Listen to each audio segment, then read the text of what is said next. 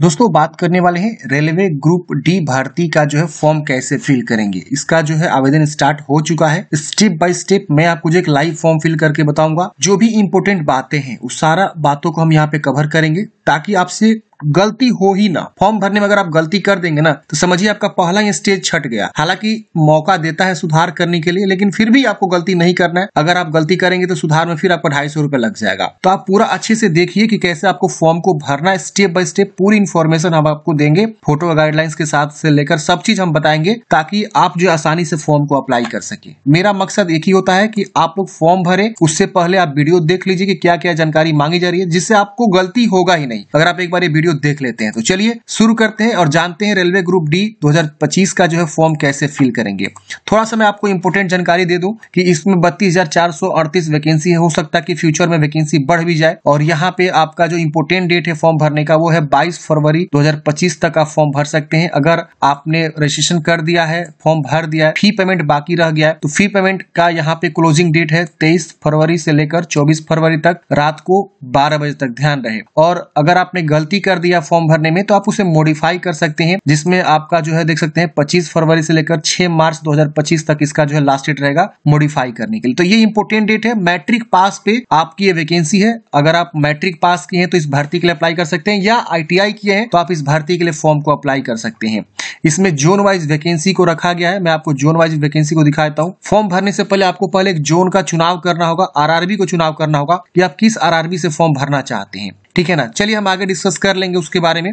चलिए हम फॉर्म भरना स्टार्ट करते हैं। देखिए सबसे पहले आपको यहाँ पे ऊपर में अप्लाई, क्रिएट एन अकाउंट और ऑलरेडी हैव एन अकाउंट का ऑप्शन मिलता है। तो अगर आप रेलवे इससे पहले जो वैकेंसी निकाली थी, आरपीएफ की निकाली थी, एएलपी का निकाला था, टेक्नीशियन का निकाला था और भी वेरियस पोस्ट पे निकाला था, तो अगर आप पहले से उस वैकेंसी के लिए फॉर्म फिल किए होंगे तो आपके पास ऑलरेडी अकाउंट बना होगा। तो ऑलरेडी हैव एन अकाउंट पे क्लिक करेंगे और यहाँ पे अपना मोबाइल नंबर या ईमेल आईडी और पासवर्ड कैप्चा कोड भर के लॉगिन पे क्लिक करेंगे। आप लॉगिन हो जाएंगे और आपका डैशबोर्ड खुल जाएगा, आप फॉर्म अप्लाई कर पाएंगे। लेकिन जो पहली बार इस भर्ती के लिए फॉर्म भर रहे हैं उनको पहले यहाँ क्रिएट एन अकाउंट का ऑप्शन मिलता है। आप यहाँ पे क्लिक करेंगे और देखिए यहाँ पे लिखा हुआ है कि अगर आपने पहले ही अकाउंट बनाया हुआ है, किसी भी वैकेंसी के लिए आपने फॉर्म फिल किया हुआ 2024 में, तो आपको दोबारा रजिस्ट्रेशन करने की आवश्यकता नहीं है। आप यहाँ ओके करेंगे और यहाँ पे आपको क्या करना है, पहले अकाउंट बनाना है। अगर आप इससे पहले रेलवे का कोई फॉर्म नहीं भरे हैं तो ही आपको अकाउंट बनाना है। अगर आप रेलवे का पहले से फॉर्म फिल किए हैं तो आपको अकाउंट नहीं बनाना है, लॉगिन करना है। तो चलिए मैं आपको पहले एक अकाउंट बनाने का जो है पूरा प्रोसेस को बताता हूँ, फिर मैं आपको लॉगिन करके फॉर्म भर के पूरा दिखाऊंगा। फ्रेंड्स वीडियो को लास्ट तक देखिए और वीडियो अच्छा लगे तो प्लीज लाइक और अपने दोस्तों को भी जरूर शेयर कर दीजिएगा। वीडियो को कंटिन्यू करने से पहले, फॉर्म भरने से पहले मैं आपको बहुत ही इंपोर्टेंट जानकारी देने वाला हूँ। अगर आप रेलवे ग्रुप डी भर्ती लेवल 1 के लिए बेहतरीन किताब की तलाश कर रहे हैं तो मार्केट में सबसे बेस्ट बुक जो है पीडब्ल्यू का यहाँ पे होने वाला है। मैं आपको रिकमेंड करूंगा कि आप इसको अपने स्टडी में जरूर शामिल करिए। बहुत ही बेहतरीन बुक है फ्रेंड्स। इसमें आप देखेंगे तो ये किताब का ही नाम है all in one. All in one इसलिए रखा गया फ्रेंड्स इस किताब का नाम क्योंकि इसमें जो है आपको प्रीवियस ईयर्स के क्वेश्चन पेपर भी देखने को मिलते हैं, पूरे अच्छे से डिटेल में सॉल्व किया हुआ। और इसके अलावा आपको जो है चैप्टर वाइज थ्योरी भी आपको मिलते हैं शॉर्ट ट्रिक के साथ। इसके अलावा आपको जो है ना फ्री में जो है देख सकते हैं यहाँ पे 5 ऑनलाइन सीबीटी टेस्ट मिल जाते हैं और साथ ही साथ जो है इसमें मंथली करंट अफेयर्स का आपको मैगजीन भी प्रोवाइड करे जाते हैं, जो कि आप जनरल अवेयरनेस की बेहतरीन तैयारी कर सकते हैं। लेवल 1 की तैयारी के लिए ग्रुप डी 24-25 वैकेंसी के लिए ऑल इन वन ये किताब होने वाला है। इस किताब में 5000 प्लस क्वेश्चन आपको यहाँ पे देखने को मिलेगा, स्टेप बाय स्टेप एक्सप्लेनेशन के साथ। 10 प्रैक्टिस सेट आपको मिलेगा। चैप्टर वाइज थ्योरी भी यहाँ पे आपको मिलने वाला है, पूरा जो है शॉर्ट ट्रिक के साथ रहेगा। और 18 और 22 का जो है 15 प्रीवियस ईयर्स का सॉल्व पेपर मिलेगा। आप इस किताब के साथ बेहतरीन तैयारी कर सकते हैं। अगर हम इसके कंटेंट की बात करें तो पहले सेक्शन वाइज आपको मैथ मिलेगा, उसके बाद से आपको जो है जनरल इंटेलिजेंस रीजनिंग के सारे टॉपिक्स आपको जो है कवर किए गए। इसके अलावा आप देखेंगे तो सेक्शन सी जो कि जनरल साइंस होता है, physics, chemistry, biology, life science यहाँ पे कवर किया गया। इसके बाद से सेक्शन डी जनरल अवेयरनेस के जो है सारे टॉपिक्स को यहाँ पे अच्छे से कवर किया गया है। इसके अलावा यहाँ पे जो है आपको 15 जो है प्रीवियस ईयर्स के पेपर देखने को मिलते हैं सॉल्व किया हुआ, 18 और 22 दोनों यहाँ पे मिलेगा। और इसके अलावा आपको जो है ना सेक्शन एफ में जो है प्रैक्टिस सेट भी आपको देखने को मिलेगा, जो कि 10 प्रैक्टिस सेट यहाँ पे आपको देखने को मिल जाते हैं। ऑनलाइन कंप्यूटर बेस्ड टेस्ट के लिए फ्रेंड्स आपको जो है एक स्कैनर दिया जाता है, आपकी किताब में स्कैनर रहता है, उसको आप स्कैन करके ऑनलाइन टेस्ट दे सकते हैं। और मंथली करंट अफेयर्स के लिए भी आपको स्कैनर मिलता है। ये किताब हिंदी इंग्लिश दोनों वर्जन में आती है फ्रेंड्स। मैंने आपको बाय लिंक जो है डिस्क्रिप्शन बॉक्स में प्रोवाइड कर दिया है, अमेजॉन से आप इसे बाय कर सकते हैं, आपके घर पे जो किताब आ जाएगा। मुझे पूरा उम्मीद है फ्रेंड्स कि आप इस किताब के साथ जो है अपनी बेहतरीन तैयारी कर पाएंगे। अब आइए समझते हैं कि कैसे आपको फॉर्म को अप्लाई करना है। सबसे पहले आपको नेशनलिटी बताना है, इंडियन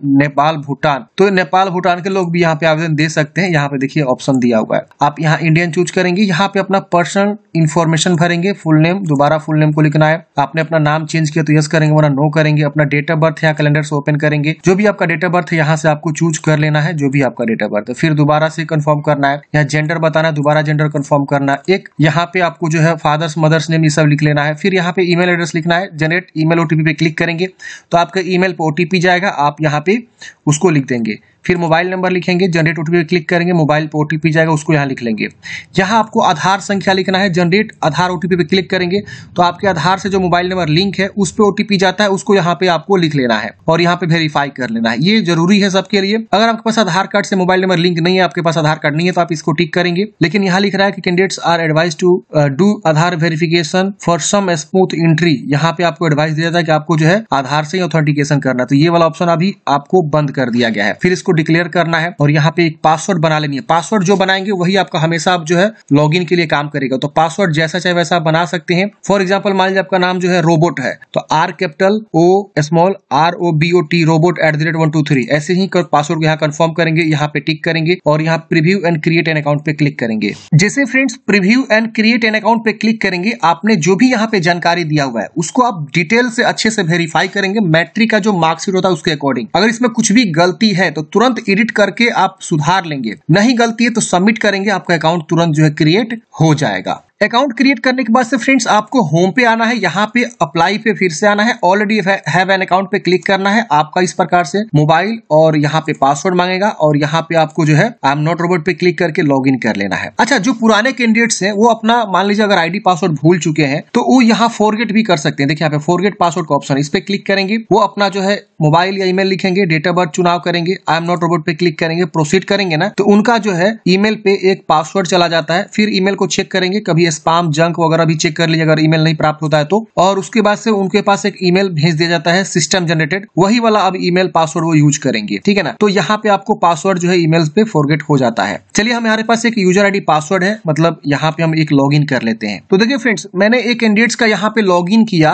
जो एक पुराने कैंडिडेट्स हैं, मतलब इन्होंने ऑलरेडी पहले से रेलवे का फॉर्म फिल किया हुआ, तो यहाँ पे इनका आधार वेरिफिकेशन आ रहा है। आपके साथ भी हो सकता है कि अगर आप पहली बार लॉगिन करेंगे बहुत दिन बाद तो यहाँ आधार वेरिफिकेशन का ऑप्शन आएगा, तो यहाँ पे आपको जनरेट आधार ओटीपी पे क्लिक कर देना है। जैसे आप इस पे क्लिक करेंगे आपके आधार से जो मोबाइल नंबर लिंक है, देखिए इनका लास्ट का 4 अंक दिखा रहा है, इस पे ओटीपी चला जाएगा, आपको यहाँ ओटीपी को लिखना है, इसको डिक्लेयर करके वेरीफाई कर लेना, ये सबको करना जरूरी है, तो आप लोग इसको कर लीजिएगा। अब जिनके आधार कार्ड से मोबाइल नंबर लिंक नहीं है उनको किसी न किसी आधार सेंटर पे जाना होगा, आधार पहले लिंक करवाना होगा मोबाइल से, फिर यहाँ पे लॉगिन करके फॉर्म को अप्लाई करना होगा, बिना ये वेरिफिकेशन के आगे फॉर्म बढ़ेगा ही नहीं, तो ये आपको कर लेना है। आधार वेरीफाई करते हैं फ्रेंड्स इस प्रकार से, देखिए आधार वेरिफिकेशन सक्सेसफुली हो जाएगा। अब यहाँ पे आपने जो भी वैकेंसी का फॉर्म फिलअप किया हुआ तो एप्लीकेशन हिस्ट्री शो करता है, यहाँ पे ऑनलाइन एप्लीकेशन का ऑप्शन शो करता है, तो आपको ऑनलाइन एप्लीकेशन पे क्लिक करना है। यहाँ पे देखेंगे तो जो वैकेंसी आपकी है लेवल 1 वाली ये यहाँ पे शो हो रहा है और यहाँ पे आपका इंपोर्टेंट डेट भी आपको देखने को मिल रहा है। यहाँ पे एक और वैकेंसी चल रही है जो टीचर वाली वैकेंसी है, तो इसके लिए अप्लाई करना चाहते हैं तो मैंने अलग से वीडियो बनाया हुआ है, इसका जो है 6 फरवरी लास्ट डेट है। चलिए अब हम इसके लिए फॉर्म भरेंगे, तो सबसे पहले आपको आरआरबी चूज करना है। तो मैंने फ्रेंड्स आपको स्टार्टिंग में ही बताया कि आपको आरआरबी यहाँ पे सिलेक्ट करना होगा, तो पहले हम यहाँ पे आरआरबी को क्या करेंगे, चुनाव करेंगे। अब कितने आरआरबी में कहा कितनी वैकेंसी, इसको पहले आपको देखना होगा। जैसे हम यहाँ नेक्स्ट करेंगे तो यहाँ लिख रहा है पहले आपको आरआरबी चूज करना होगा, तो हम यहाँ से आरआरबी को क्या करेंगे फ्रेंड, चूज करेंगे, ठीक है ना, इस प्रकार से आएगा। अब यहाँ पे थोड़ा सा नहीं आ रहा है, मैं देख लेता हूँ क्या इशू आ रहा है। हम यहाँ आरआरबी चूज करके नेक्स्ट करेंगे। अब आरआरबी वाइज कैसे देखेंगे वैकेंसी को, देखिए नोटिफिकेशन आपको डाउनलोड करना होगा, नोटिफिकेशन के सबसे लास्ट पेज पे ही आपको आरआरबी वाला जो है वैकेंसी डिटेल शो होता है। अब देखिए यहाँ पे आपको जो है पेज नंबर में बता देता हूँ, पेज नंबर आपको आ जाना है 51 से 52 से आपका वैकेंसी सबसे पहले मुंबई का शो करेगा, मुंबई में सबसे ज्यादा वैकेंसी और दिल्ली जो आरआरबी है वहां पे। अब देखिए 4672 वैकेंसी जो कि मुंबई वेस्टर्न रेलवे में आपको दिखाया गया है। यहाँ पे किस पद पे कितनी वैकेंसी ये भी यहाँ पे आपको दिखाया गया है। ये आगे आपको ना पोस्ट प्रीफरेंस भी देना है। मान लीजिए आपने आरआरबी मुंबई चूज कर लिया, अब मुंबई में 14 प्रकार की वैकेंसी है। अब जब आप आगे बढ़ेंगे ना फॉर्म भरने के समय फोटो वगैरह अपलोड करने के बाद, तो वहां आपसे पूछेगा कि आप पोस्ट प्रीफरेंस दीजिए, इसको पहला, इसको दूसरा, इसका तीसरा, इसका चौथा, किसको आप पहला दूसरा तीसरा ऐसे आपको देना होगा। तो वहां पे आपको आगे चूज करने का ऑप्शन आएगा। अब यहाँ कैटेगरी वाइज भी आप देख सकते हैं, पहला किसको रखना है, दूसरा किसको रखना है, आपकी कैटेगरी में कितना सीट है वो भी आप ध्यान में रखते हुए अपना जो है फॉर्म को अप्लाई करेंगे। तो यहाँ पे आपको जरूर जो है जोन देख लेना है फॉर्म भरने से पहले आरआरबी, किस आरआरबी से आप फॉर्म भरना चाहते हैं। जहां जहां वैकेंसी है वहां का आपको आरआरबी शो करेगा। तो हम यहाँ पे क्या करेंगे, आरआरबी को क्या करेंगे फ्रेंड्स, चुनाव करेंगे। एक बार मैं दोबारा यहाँ पे अप्लाई वाले ऑप्शन पे क्लिक करता हूँ फ्रेंड्स, क्यों नहीं, हाँ आ गया देखिए। तो यहाँ पे आपको जो है क्या करना है, अपना आरआरबी को चुनाव करना है। देखिए जब भी फॉर्म में कोई दिक्कत आती है ना, तो आपको बिल्कुल रीस्टार्ट कर लेना है, लॉग आउट करके शुरू से कर लेना है। चलिए हम यहाँ पे चूज करते हैं, इसको डिक्लेयर करके नेक्स्ट करते हैं। जिसे फ्रेंड्स आप आरआरबी चूज करके नेक्स्ट करेंगे, यहाँ पे आपका प्रीवियस डाटा यहाँ पे फैच होगा। जो लोग पुराने कैंडिडेट्स हैं, जो लोग पहले कोई वैकेंसी का फॉर्म भरे, उनका यहाँ डाटा फैच हो जाएगा। और यहाँ पे आपको क्लोज कर देना है। क्लोज करते हैं यहाँ पे आप देखेंगे तो आपका अकाउंट वेरीफाई लिखेगा। यहाँ पे आपको इतने सारे स्टेप को कंप्लीट करने हैं। अब यहाँ पे आपकी जानकारी जो ऑलरेडी फिलअप मिलेगी, जो आपने पुराने वैकेंसी के लिए आवेदन दिया था। अब यहाँ पे आपको नीचे आना है। यहाँ पे आप मैरिड है कि अनमैरिड है बताएंगे, अपना रिलीजन बताएंगे, मातृभाषा बताएंगे यहाँ पे। इसके बाद से आपका choice of language for examination, किस जो है भाषा में आप एग्जाम देना चाहते हैं। इतने सारे लैंग्वेज दिए गए हैं। जैसे मान लीजिए आप गुजराती चूज करेंगे ना, तो इंग्लिश और गुजराती रहेगा। अगर आप इंग्लिश चूज करेंगे तो सारा का सारा क्वेश्चन इंग्लिश में रहेगा। अगर आप हिंदी चूज करते हैं तो इंग्लिश हिंदी दोनों रहेगा। ये विशेष ध्यान दीजिएगा। यहाँ एक आइडेंटिफिकेशन मार्क्स, बॉडी में पहचान क्या है ये आपको बतानी है। तिल का निशान, कटा का निशान, जला का निशान, जो भी है। यहाँ दूसरा आइडेंटिफिकेशन मार्क्स आपको बतानी है, जो भी है। अगर नहीं है तो नो मार्क लिख सकते हैं। यहाँ पे अपना कैटेगरी बताना है। जैसे कि यहाँ आप देख सकते हैं कम्युनिटी में आपका यहाँ पे category general, SC ST OBC EWS। अगर आप जनरल से हैं तो जनरल चूज करेंगे। जनरल में आप देखेंगे तो यहाँ पे आपको जाति प्रमाण पत्र की संख्या या किसके द्वारा बनवाया, ये सब आपको नहीं मांगेगा। वही अगर आप EWS से आते हैं, जनरल का ही एक 10% रिजर्वेशन वाला कैटेगरी होता है EWS, इकोनॉमिकली वीकर सेक्शन। अगर आप ये चूज करते हैं तो यहाँ पे आपको अपना जो है EWS का सर्टिफिकेट नंबर देना होगा। यहाँ पे अपना जो है इशूइंग अथॉरिटी, आपने कहाँ से बनवाया हुआ है, हर एक ऑफिसर्स का नाम आ रहा है। जहां से भी आपने बनवाया हुआ है उसका नाम यहाँ पे आपको शो करेगा, कहीं ना कहीं जरूर शो करेगा। उसका आप चुनाव करेंगे और कब बनवाया हो इसको आपको देना होगा। अगर आप OBC चुनाव करते हैं फ्रेंड्स, तो OBC में देखेंगे तो यहाँ पे 2 ऑप्शन पूछेगा कि आप जो है नॉन क्रीमिलियर से आते हैं। नॉन क्रीमिलियर उसके वो आता है बंदा, OBC का ही ये मतलब नॉन क्रीमिलियर और क्रीमिलियर होता है। अगर आप यहाँ पे नॉन क्रीमिलियर से आते हैं तो यस करेंगे। यस करते हैं इस प्रकार से आएगा, अंडरस्टैंड एग्री करेंगे। तो यहाँ पे देखिए क्या आ रहा है। अगर आप नॉन क्रीमिलियर से आएंगे, यहाँ यस करते हैं तो आपको यहाँ पे अपना कास्ट और यहाँ पे कास्ट सर्टिफिकेट नंबर और इशूइंग अथॉरिटी और कब आपने बनवाया हुआ आपको बताना होगा। नॉन क्रीमिलियर में कौन आता है, तो जिनकी फैमिली इनकम 8 लाख से कम है, OBC से आता है 8 लाख से फैमिली इनकम कम है, तो यहाँ यस करेगा। और जिनकी फैमिली इनकम 8 लाख से ज्यादा है वो यहाँ नो करेगा, वो NCL में नहीं आएगा। तो इसके आपको विशेष ध्यान देना है। इस तरह से आपको जो है जानकारी को भरना है। अब यहाँ पे SC ST का भी ऑप्शन है। अगर आप SC ST से आते हैं तो अपना SC ST में जो भी आपका जाति सर्टिफिकेट लगता है वो अपना नेम ऑफ द कास्ट लिखेंगे, किस कास्ट से बिलोंग करते हैं, धोबी, बढ़ई, जो भी है, यहाँ शर्मा, जो भी है। यहाँ पे अपना सर्टिफिकेट नंबर लिखेंगे, यहाँ पे अपना इशूइंग अथॉरिटी लिखेंगे, यहाँ आप कब अपना सर्टिफिकेट बनवाए हुए हैं उसको आपको बताना होगा, जो कि आपके सर्टिफिकेट पे लिखा रहता है। सारी जानकारी सर्टिफिकेट के अकॉर्डिंग भरना होता है, क्योंकि यही सेम सर्टिफिकेट आपको ना डॉक्यूमेंट्स वेरिफिकेशन में लगता है। तो इसको आपको सजो के रखना है, ध्यान रहे, भिलवाना नहीं है। और यहाँ पे अपना जो है कहाँ से बनवाया हुआ है इशूइंग अथॉरिटी में आपको चूज कर लेना है। ये आपके सर्टिफिकेट के नीचे में साइन होता है, आप देखे होंगे जरूर। जैसे कि आप देख सकते हैं यहाँ पे बहुत सारा ऑप्शन दिया हुआ है। आप जहां से भी बनवाए हुए हैं आप यहाँ पे क्या करेंगे, उसका चुनाव कर लेंगे। नीचे भी बहुत सारा ऑप्शन है। जैसे बिहार में आप देखेंगे तो रेवेन्यू ऑफिसर बनाता है, वो उसका रैंक जो है तहसीलदार से कम नहीं होना चाहिए। तो रेवेन्यू ऑफिसर आप यहाँ से चुनाव कर लेंगे, ठीक है। और यहाँ पे इशूइंग स्टेट, और यहाँ पे कब आपने बनवाया हुआ है, सर्टिफिकेट नंबर, और यहाँ पे ट्रेवल पास आपको चाहिए तो यहाँ पे आपको यस करना होगा। और यहाँ पे उस सर्टिफिकेट को, जो आपका ये कास्ट सर्टिफिकेट है, उसको आप यहाँ पे स्कैन करके उसको यहाँ अटैच करेंगे। 500 KB से कम PDF में होना चाहिए। यहाँ पे आप अपलोड पे क्लिक करेंगे, PDF चूज करेंगे और अपलोड हो जाएगा। PDF कैसे बनानी होती है मैंने कई बार आप लोगों को बता चुका हूँ। गूगल में जाएंगे, सर्च करेंगे JPEG to PDF, बहुत सारा वेबसाइट मिलेगा। आप किसी वेबसाइट का यूज करके अपना जो है डॉक्यूमेंट्स को PDF में बना सकती हैं। तो ऐसे अपना SC ST और जनरल OBC को यहाँ पे चुनाव करना, ये विशेष ध्यान देना। यहाँ पे आपको रिजर्वेशन ही जो है यहाँ पे आपको मिलता है, तो इसको सही से भरना है, गलती नहीं करना है। और जो भी यहाँ पे सर्टिफिकेट देंगे उसको अच्छे से रखेंगे संभाल के, लास्ट वैकेंसी तक, मतलब लास्ट सिलेक्शन तक। अब आपको फ्रेंड्स नीचे आना होता है। यहाँ पे अपना जो है प्रेजेंट एड्रेस लिखना होता है, यहाँ पे आपको परमानेंट एड्रेस लिखना होता है। जो भी आपका एड्रेस है, यहाँ पहले अपना जो है राज्य, फिर यहाँ डिस्ट्रिक्ट, फिर यहाँ पे प्रॉपर एड्रेस लिखेंगे। इसमें आपको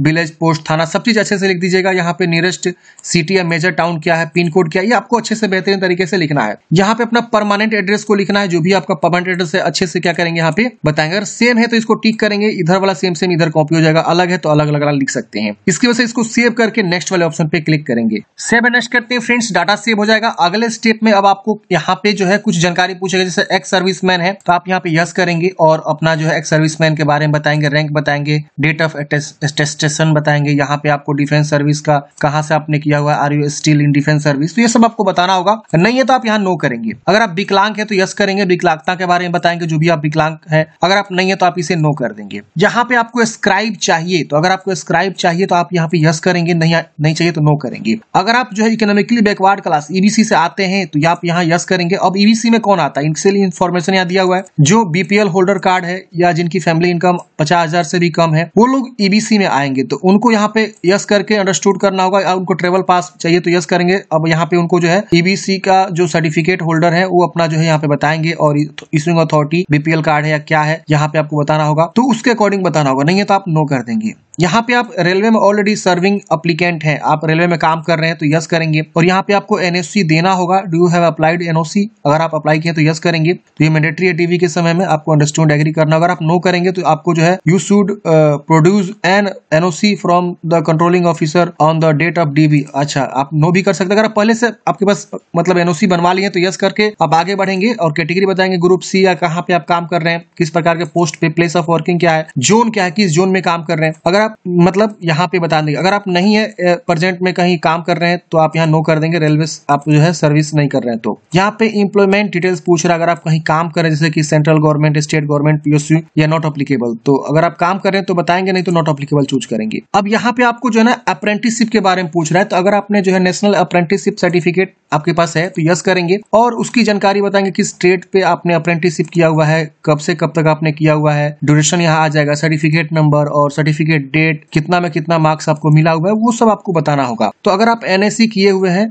बाय एनसीवीटी से तो यस करेंगे, वरना नो कर देंगे। फिर यहाँ पे आपको नीचे में फी रिफंड के लिए अपना जो है अकाउंट डिटेल्स भर देना होगा। जैसे अपना नाम भरेंगे, यहाँ पे एफएससी कोड लिख के कंफर्म करेंगे तो आपका यहाँ पे बैंक का ब्रांच नेम वगैरह सब चीज आ जाएगा। तो ये अकाउंट डिटेल्स भर लीजिएगा, अपना ही नाम से होना चाहिए, ध्यान रखिएगा। फिर यहाँ सेव करके नेक्स्ट करेंगे। जैसे फ्रेंड्स आप यहाँ पे जो है नेक्स्ट करेंगे, अब आपको एजुकेशनल क्वालिफिकेशन वाली जानकारी को भरना होगा। अब यहाँ पे देख सकते हैं फ्रेंड्स, आपके पास पहले से मैट्रिक की जानकारी ऐड मिलेगा, तो आप यहाँ पे इसमें एडिट कर सकते हैं, इसे डिलीट करके फ्रेश यहाँ पे ऐड कर सकते हैं। तो अगर आप एडिट करना चाहते हैं एडिट कर सकते हैं यहाँ पे, और उसको जो अपडेट कर सकते हैं। अगर आप यहाँ डिलीट करना चाहते हो डिलीट करके भी फ्रेश भी आप यहाँ पे अपडेट कर सकते हैं। तो अगर आप मैट्रिक तक पढ़े हैं तो मैट्रिक की जानकारी, अगर आप जो है यहाँ पे और भी क्वालिफिकेशन जैसे कि आईटीआई है तो आईटीआई भी आप यहाँ पे उसकी जानकारी दे सकते हैं, ट्रेड वगैरह, किस राज्य से पढ़ाई किया है, अगर उसकी वजह से district, name of institute, passing year, और एनसीवीटी है कि एससीवीटी है। फिर आपका सर्टिफिकेट क्या है इसको आपको बताना होगा, नेशनल ट्रेड सर्टिफिकेट है, स्टेट ट्रेड ट्रस्ट सर्टिफिकेट है, इसको आपको बता के ऐड करना होगा। तो जो कैंडिडेट्स आईटीआई किए हैं वो जरूर यहाँ आईटीआई की जानकारी भरिए, और जो लोग अगर मान लीजिए एनएससी किए हैं, नेशनल अप्रेंटिसशिप सर्टिफिकेट, तो अपना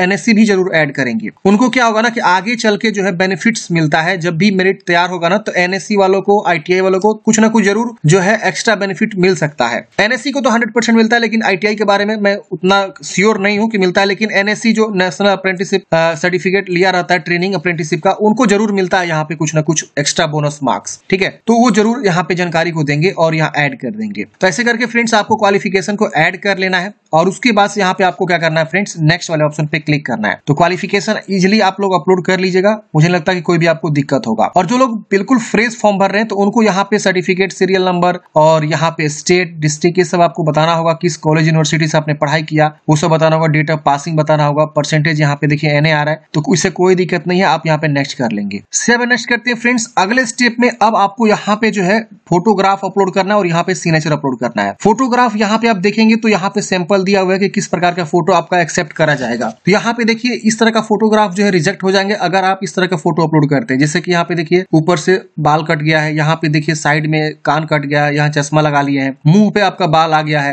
देख रहे ना, ऐसे आपका पीछे में बहुत सारा ऐसे जो है बैकग्राउंड है, इस तरह से ब्लर हो गया है, चश्मा ऊपर आपने पहना हुआ हीरो स्टाइल में, ये टोपी पहना हुआ हीरो स्टाइल में, तो इस तरह का नहीं होना चाहिए। बिल्कुल साफ सुथरा सादा होना चाहिए, आपका चेहरा क्लियर देखना चाहिए, बिल्कुल सही से फोटो आपको अपलोड करना है, ये जो गाइडलाइंस है इसके अकॉर्डिंग। चलिए यहाँ पे अब आप देखेंगे तो यहाँ पे भी गाइडलाइंस बताया गया, जेपीजी फॉर्मेट होना चाहिए, 50 से 100 KB के बीच होना चाहिए, ये सब आपको ध्यान में रखना हुआ है, ये सब आपको स्पेसिफिकेशन जो दिया गया है। इसी तरह से सिग्नेचर का भी दिया गया है, यहाँ पे आपको जो है विड्थ और हाइट भी डिसाइड किया गया है, 140 बाई 160 पिक्सल का, यहाँ भाई 320 बाई 240 पिक्सल का, और यहाँ पे आपको साइज, फाइल साइज वगैरह भी दिया हुआ है। तो इसी फाइल साइज में क्या करेंगे आप जो अपना फोटो को, सिग्नेचर को चूज करेंगे और यहाँ सेव करके उसके बाद से नेक्स्ट करेंगे। तो चलिए हम यहाँ पे फोटो को क्या करते हैं, चूज कर लेते हैं। तो फ्रेंड्स हमने यहाँ पे फोटो सिग्नेचर को अपलोड कर लिया है, यहाँ पे आप देख सकते हैं इस प्रकार से आपको अपलोड करने के बाद से सेव कर लेना है। सेव करने के बाद से फ्रेंड्स यहाँ पे आपको नेक्स्ट करना है। अब नेक्स्ट करते हैं फ्रेंड्स, यहाँ पे आप देखेंगे तो आपका RRB यहाँ सिलेक्टेड दिखा रहा है कि आप आपने कौन सा आरआरबी यहाँ पे चुनाव किया हुआ है। अब इस आरआरबी में जितनी वैकेंसीज हैं वो सारी वैकेंसीज यहाँ पे आपका शो करेगा। अब आपको यहाँ पे ना ऑर्डर का प्रेफरेंस देना है कि आप किसके लिए प्रेफरेंस पहले रखना चाहते हैं, दूसरा पोस्ट किसके लिए, तीसरा किसके लिए, चौथा किसके लिए। तो जोन तो आपने चूज कर लिया, लेकिन उस जोन में जो 14 प्रकार की वैकेंसी है उसमें पहला, दूसरा, तीसरा, चौथा किसको रखना चाहते हैं। तो आप अपने अकॉर्डिंग सही से यहाँ पे देख लीजिए और देखने के बाद से आप क्या करेंगे, उसको आप यहाँ पे चुनाव करेंगे। आप चाहे तो अपना कैटेगरी में, जैसे मान लिया हमने यहाँ पे सिकंदराबाद चूज किया है, तो सिकंदराबाद में मेरे कैटेगरी में जो है कितनी सीटें हैं उसको भी ध्यान में रखेंगे। कौन सा बेहतरीन पोस्ट होता है इसका भी ध्यान रखेंगे, क्योंकि यहाँ पे एसएनटी वाला बेस्ट पोस्ट माना जाता है, सिग्नल एंड टेलीकम्युनिकेशन वाला में। इसकी वजह से लोको सेड का यहाँ डीजल वाला है, लोको सेड इलेक्ट्रिकल डिपार्टमेंट है। इसके बाद यहाँ डिपार्टमेंट भी लिखा हुआ दिख रहा है ना, यहाँ पे दिख रहा है ना, तो ये डिपार्टमेंट भी आपको चूज कर लेना है। असिस्टेंट पीवे का यहाँ पे सर्च करना है कि ये किस प्रकार का पोस्ट है, काम क्या करना होता है। असिस्टेंट टीआरडी का काम क्या होता है, पोस्टमैन बी का काम क्या होता है, ट्रैक मेंटेनर ग्रेड 4 का यहाँ पे क्या काम होता है, जो इंजीनियरिंग डिपार्टमेंट का है। तो आपको ध्यान देना है और समझना है, उसके अकॉर्डिंग जो है यहाँ पे प्रीफरेंस करना है। ये नहीं कि कुछ भी आप जो है पहले चूज कर लीजिए, अब पता चला कि अच्छा पोस्ट आपने पहले चुनाव किया नहीं, और जो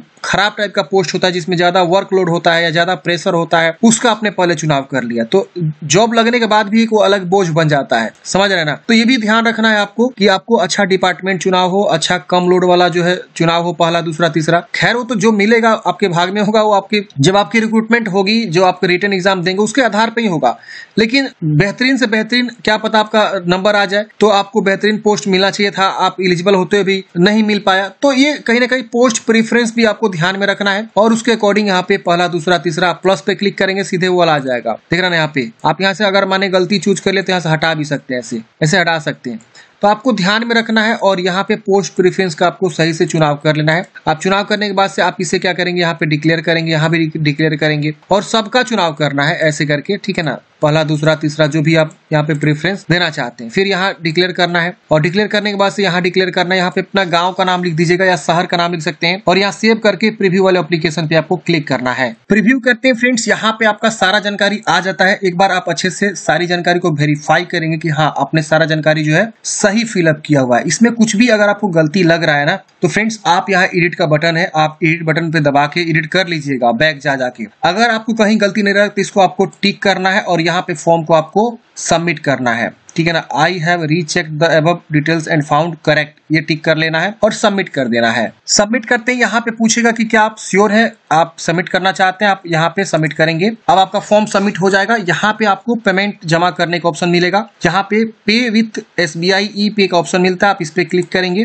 यहाँ पे आपको एग्री करना है और यहाँ पे प्रोसीड करना है। अब यहाँ पे देखेंगे फ्रेंड्स, आपके पास कार्ड का ऑप्शन आता है, यहाँ पे नेट बैंकिंग का ऑप्शन आता है, यहाँ पे आपको UPI का भी ऑप्शन आता है। तो आप जिसके थ्रू भी पेमेंट जमा करना चाहते हैं उसका आप चुनाव करके पेमेंट को जमा करेंगे। तो हम यहाँ पे जो है QR कोड जनरेट कर लेते हैं, UPI QR। हम यहाँ पे पे नाउ पे क्लिक करेंगे, QR कोड आ जाएगा। यहाँ पे हम QR कोड को स्कैन करके पेमेंट को जमा कर सकते हैं। आप अपने फोन पे, पेटीएम, गूगल पे, किसी से भी आप इसको स्कैन करेंगे और सिंपल जो है उस डिवाइस से क्या करेंगे, उस मतलब ऐप से आप पेमेंट को जमा कर देंगे। पेमेंट जमा करते हैं फ्रेंड्स, आपका पेमेंट जमा हो जाएगा, उसके बाद से आपको फाइनल प्रिंट आउट निकल जाएगा। तो मैं यहाँ पे पेमेंट जो है कर रहा हूँ। तो फ्रेंड्स हमने यहाँ पे पेमेंट जमा कर दिया है। अब ये ऑटोमेटिक रीडायरेक्ट कर देगा कहाँ पे, आपके डैशबोर्ड पे। ये पेमेंट होते ही रीडायरेक्ट हो जाएगा ऑटोमेटिक, कुछ आपको रिफ्रेश वगैरह नहीं करना है, पेज बैक वगैरह नहीं करना है। ये देखिए पेमेंट जमा हो गया, सक्सेसफुल हो गया। इसका प्रिंट आउट स्क्रीनशॉट जरूर ले लीजिएगा। इसका प्रिंट आउट निकालने के बाद यहाँ बैक का बटन मिलता है, बैक पे क्लिक करेंगे। अब यहाँ पे देखेंगे तो आपका सीधे जो एप्लीकेशन हिस्ट्री पे लेकर आएगा। यहाँ पे आपको इस तरह से देख सकते हैं, आपने जो पेमेंट जमा किया वो आपका वेरीफाई दिखा रहा है, पेमेंट वेरीफाई हो चुका है। यहाँ आपका पेमेंट जो है,